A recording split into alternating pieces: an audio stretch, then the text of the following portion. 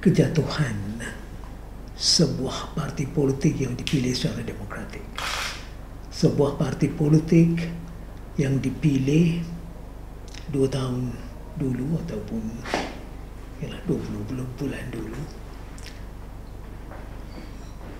dipilih untuk menggantikan suatu gabungan yang berkuasa selama 61 tahun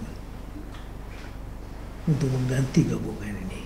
Gabungan yang begitu kuat, yang begitu kokoh kedudukannya, yang begitu dominasi kedudukan politiknya. Tapi gabungan itu ditumbang oleh Pakatan ini, gabungan baru ini. Dari segi politik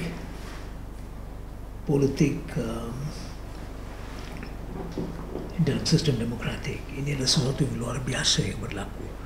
Luar biasa kerana perubahan yang begitu besar, tumbangnya sebuah parti politik yang begitu kuat dan kokoh berlaku tanpa tumpahan darah, tanpa keganasan. Tak pernah berlaku di tempat-tempat lain. Itulah sebabnya bila peristiwa ini berlaku 2 tahun dulu, saya dan beberapa pengulas-pengulas lain menganggap itu sebagai pencapaian yang terbesar. Bukan soal siapa menang, siapa kalah. Pencapaian yang terbesar adalah satu perubahan, bahawa kita telah mencapai satu perubahan yang begitu bermakna dari segi politik tanpa pertumpahan darah, tanpa keganasan, secara aman, damai, luar biasa, ya, dari segi sejarah. Dan begitu juga kalau kita tengok pada apa yang berlaku dalam tempoh beberapa minggu ini, peristiwa Pakatan Harapan ini, kali ini Pakatan Harapan yang ditumbang, dan gabungan 4 parti ini diganti dengan satu gabungan baru, belum jelas, tetapi satu gabungan baru. Perubahan ini juga berlaku tanpa pertumpahan darah, tanpa keganasan, kalau dibanding dengan apa yang berlaku di beberapa negara-negara lain.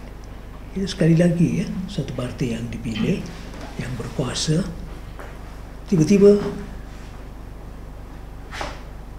tumbang gabungan ini.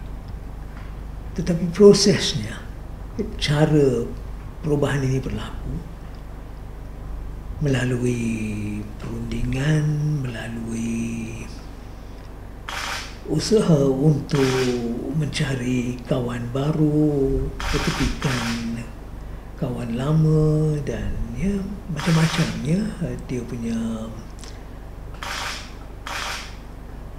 usaha untuk mewujudkan peraturan-peraturan baru dan sebagainya. Tapi segala-galanya berlaku tanpa pertumpahan darah, tanpa keganasan. Itu juga satu yang luar biasa. Dia mencerminkan 2 perkara, ya. Pertama, dia mencerminkan bahawa sama ada kita sedar atau tidak, ada institusi-institusi, ada proses-proses politik di negara kita yang boleh menangani perubahan secara matang. Itu sesuatu yang luar biasa, ya. Dia membuktikan bahawa kita boleh menangani perubahan. Ada dia punya proses, ada dia punya institusi, ada dia punya cara dan peraturan dan sebagainya. Dan yang kedua, mungkin ini juga membuktikan kematangan rakyat kita. Kematangan rakyat kita. Saya tidak mahu mengatakan ini kematangan pemimpin-pemimpin semata-mata, ya. Saya fikir lebih daripada itu. Ini adalah kematangan rakyat kita.